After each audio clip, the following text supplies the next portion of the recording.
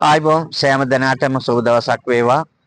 මම මේ කතා කරන්නේ මඩගලපුවේ ඉඳලා විමෝචන ඉල්ලම් කියලා සෙන්ටර් එකේ ඉඳලා ඈත තැනක ඉඳලා කතා කරන්නේ.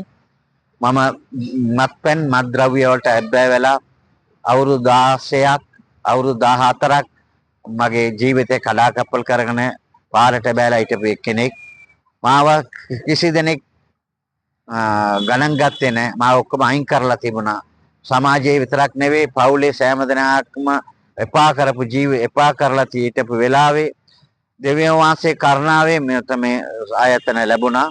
මේ ආයතනයට මං යාළුවෙක් වශයෙන් මෙතනට ඇවිල්ලා මෙතනින් මං සුව වෙලා දැන් අවුරුදු 14ක් මං සුව ජීවිය වෙලා සනිපෙන් සන්තෝෂෙන් සාමයෙන් ජීවත් වෙනවා. මං මත්ද්‍රව්‍ය මත්පැන් පාවිච්චි කරන කාලේ මට කිසි කෙනෙක් උදව් කරුවේ නැහැ. ඔක්කොම කොන් කරලා අයින් කරලා තමයි හිටියේ. හැබැයි මෙතනට ඇවිල්ලා දැන් සුග වෙලා මං ඉන්නකොට දැන් සෑම දෙනාක්ම ආදරේ දෙවියන් වහන්සේ කරුණාව ඔක්කොම මට ලැබලා තියෙනවා.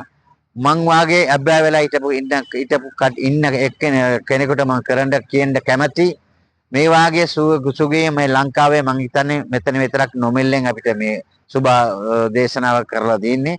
මෙතනට ඇවිල්ලා කවුන්සලින් ගුරුප් කවුන්සලින් අනිත් එක මේ දේශනාව ඒ ටීචින් මේකින් උනන්දු කරලා මම එතනින් ගොඩ වෙලා දැන් මිනිසෙක් විදියට සමාජයෙන් හොඳ ස්වාමි පුරුෂණය වෙනුවෙන් ජීවත් වෙනවා. මට ලැබෙච්ච මේ සෑම දෙයක්ම ඔයාලට ලැබෙන්න ඕනේ කියලා මම දෙවියන් වහන්සේට ප්‍රාර්ථනා වෙනවා.